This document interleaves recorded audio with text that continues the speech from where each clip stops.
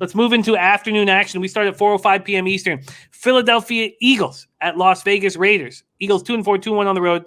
Raiders 4-2, 2-1 at home. And good old Richie Bisaccia and Greg Olson sure proved me wrong.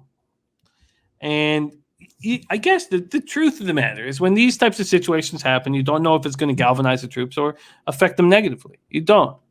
And you don't know if they wanted Gruden out the door and now they're inspired and excited or they're hurt that he left. And I thought that the Raiders were vulnerable and going to fall apart. And the market moved quickly, and I was still trying to figure it out. And while the market moved quickly, I ended up only on the first half. But a lot of my friends, even on our Sunday show, Babano wanted first half full game. Well, he wanted to split up a unit in half, and we had that conversation. He's not allowed to do that when I record keep. And so he ended up going full unit on each. But let's just start there. Are you surprised by the Raiders being galvanized under Rich Bisaccia? No, I'm not. And I said on last week's show, I said I wanted to see it first. I said I wanted to see it because I didn't know what they were going to do, and I'm not surprised by this. Never mind. Look, you saw how quickly I reacted to what would happen to the Raiders after Gruden made those comments. I also wonder if there wasn't a bit of dissent before that. I mean, we've been talking for a while about how Jon Gruden the game has passed him by. You take 10 years off of coaching and you jump back in on a $100 million contract from Mark Davis, son of Al Davis, doing crazy things like his old man. And I wonder if the team already wasn't totally in on Gruden, but there are good football players there. And so, his comments get dug up. His emails get dug up. And it wasn't, a lot of people were like, one email 10 years ago. No, it was like 70 emails as early as like a couple years ago. So I'm not surprised by it. I said on last week's show, I wanted to see it happen before I bet on the Raiders again. And they did it. They did exactly what a lot of people thought they would do, which I hoped. We have a frozen Bebsie. We'll get him back locked in here in a second. Okay, so Birdie says, Dennis, don't you think this is a letdown spot for the Raiders? How are they going to match that emotion this week? Dennis Garcia on the Raiders -3. And Dennis Garcia will often whisper into his lover's ear that the autumn wind is a pirate, and you have to connect. Not that I'm the lover that he whispers in, but you have to connect those dots where it is. And it usually means he's betting the Raiders. Eagles are on extra rest and preparations after their 28-22 loss at home to the Buccaneers on Thursday night. Jalen Hurts did not look good. He did not look good against a Buccaneers secondary that was dealing with injuries everywhere. I have it more on the Buccaneers breakdown, so I should probably just move over there. But the injuries to this secondary, they're already missing cornerbacks Carlton Davis and Sean Murphy-Bunting, safety Antoine Winfield with a concussion, and then Sherman goes down, and it doesn't matter. He's incapable of abusing something that seemed open for abuse. 115 yards pass. He completed 12 passes. 12 against that secondary. I couldn't believe it. And they covered. And the under hit, which are the two spots I was afraid to move on. But I didn't take the other side. I just stayed back and just hated myself. Quez Watkins was the leading receiver with 3 catches, 44 yards. Devontae Smith, 2 catches for 31 yards. Zach Ertz caught 4 passes for 29 yards and a touchdown, subsequently traded to the Cardinals. Miles Sanders ran 9 times for 56 yards. Alex Singleton was excellent all over the field. 15 tackles. They couldn't get pressure on Brady. 0 sacks, 3 quarterback hits. And Goddard, COVID protocol. Lane Johnson, personal. I don't know if Lane Johnson's ever coming back. I don't know what's going on with Lane Johnson. Dallas Goddard, you expected he's come back because Ertz was just ditched. There's Elliot V in the house. Great to see you, Elliot. Great group we have rolling with us right now. Okay, so then the Raiders, as you said, they wanted Gruden out. Bisaccia, Greg Olson. Greg Olson hadn't had play calling duty since 2014. These are two guys that have been here with this franchise for a long time, and they're clearly loved by their players. Carr, 18 and 27 for 341 yards, 2 touchdowns, no picks. Henry Ruggs caught 3 passes for 97 yards, 1 touchdown. Brian Edwards caught 2 passes for 67 yards. Darren Waller caught 5 passes for 59 yards. Josh Jacobs returns from injury, runs 16 times for 53 yards. Kenyon Drake, 4 carries for 34 yards, 2 catches for 39 yards. And Max Crosby, God, is he dynamite. 6 tackles. He was credited with 3 sacks, but he was in on all 5 of them. 1 pass deflected, 5 quarterback hits. Listen to this, Bebsie. I haven't said this number yet all year. The Raiders had 5 sacks and 17 quarterback hits. I haven't said that all year. I've only once said double digits. Kwiatkowski foot, Roderick Teamer shoulder got hurt. Both are listed questionable this week as his defensive tackle, Jonathan Hankins.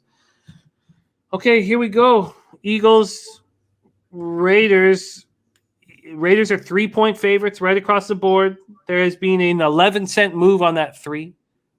Dennis Garcia is on that 3. This total's opened up at 47.5 now at 48.5 or 49. There is even a 49.5 on the board. And we have 4,854 tickets in. 16% of the tickets are on Philadelphia, but 53% of the cash. Big bets coming in on the Eagles. And then 67% of tickets on the over. We don't have money totals yet. Bebsie, take it away, Eagles, Raiders. I'm moving on the Raiders here for a couple of reasons. One is this Raiders team, part of the problem in the past is they just didn't have any weapons emerging. Like last year they had Waller, and Waller is fantastic. We all know that. And Hunter Renfrow was, he had some moments but nothing overly special. He's developed into an excellent pass catcher, very smart player, very shifty route runner.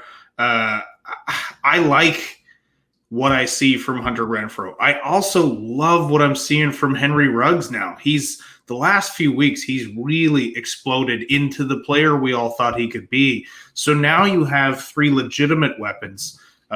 Kenyon Drake having a very nice game. I wish Josh Jacobs could get to 100% because he's exceptional when he is that, but it just seems like he's always dealing with some kind of nagging injury. But I just don't see how Philadelphia matches that, especially with guys like Brandon Graham out, Brandon Brooks out, Lane Johnson out. It's a really tough spot for the Eagles to go into Las Vegas. And look, this team's playing inspired. Like you said, they're rallying behind their new coach. I think they do it again at home, and I think they smash the Eagles this week. Interesting. And the other thing, too, is they have playmakers on defense, which they haven't had for a while. You mentioned Max Crosby, but if you watch the Raiders games, a guy who sticks out so much is Jonathan Abram. Jonathan Abram is all over the field. He had a big INT last week, but he plays hard. He smacks people in the mouth. As soon as you start getting playmakers at different levels, all of a sudden that defense really starts to click. It's, a lot of the times you have a star here and a star there, but you really need to put them in different levels, and then they start just taking advantage of teams. And like you said, if Hurts can't take advantage of a decimated Buccaneers secondary, I don't think it's going to be able to do it this week either. Let's finish on something we've never really tried this quite like this before, but I hear your reasons for the Raiders. I completely get it. Can you give me a argument for the other side when we see that 16% of tickets are on Philadelphia, 53% of cash, which means some big bets have come in on the Eagles? What would be your argument that the Eagles can come in and take care of the Raiders here?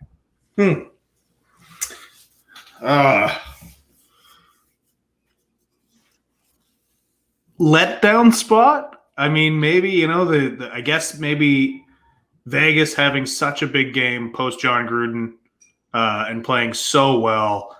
Do they now, after getting that win, the breath of fresh air, do they now take a step back? Maybe they don't come out as fired up. Maybe they have less to prove. There's my best shot at a reason why. And listen, Jalen Hurts, he's still a rookie. He still hasn't played a full NFL season. And he makes rookie mistakes at times. And then at other times he flashes the brilliant quarterback I think he will become. So anytime you have a player that dynamic, he can do it. He can pull it off. He can play excellent football at any given time. If he's in the groove, he can. But I just don't think that'll happen, especially with the way the Raiders are getting pressure. Solomon Thomas has 2.5 sacks right now. He's getting blown up in other categories, but Solomon Thomas had 3 sacks, his best ever as a Niner, playing with a loaded front. A very, very, very interesting game, and I am not moving on it at this point. I need more time and need to see how much sharp money. Does sharp money stop now? I need to keep an eye on the market. Raiders -3, -115 for Bebsie. You just want full game? I just want full game. And that Raiders spot is available at Bet365. Do you agree, very quickly, I know we need to move on, but do you agree with this market move towards the over? Open up 47.5, now at 48.5 at Pinnacle? Yeah, I think that number's a little bit low. And especially like I can really see the Raiders running away with this one early.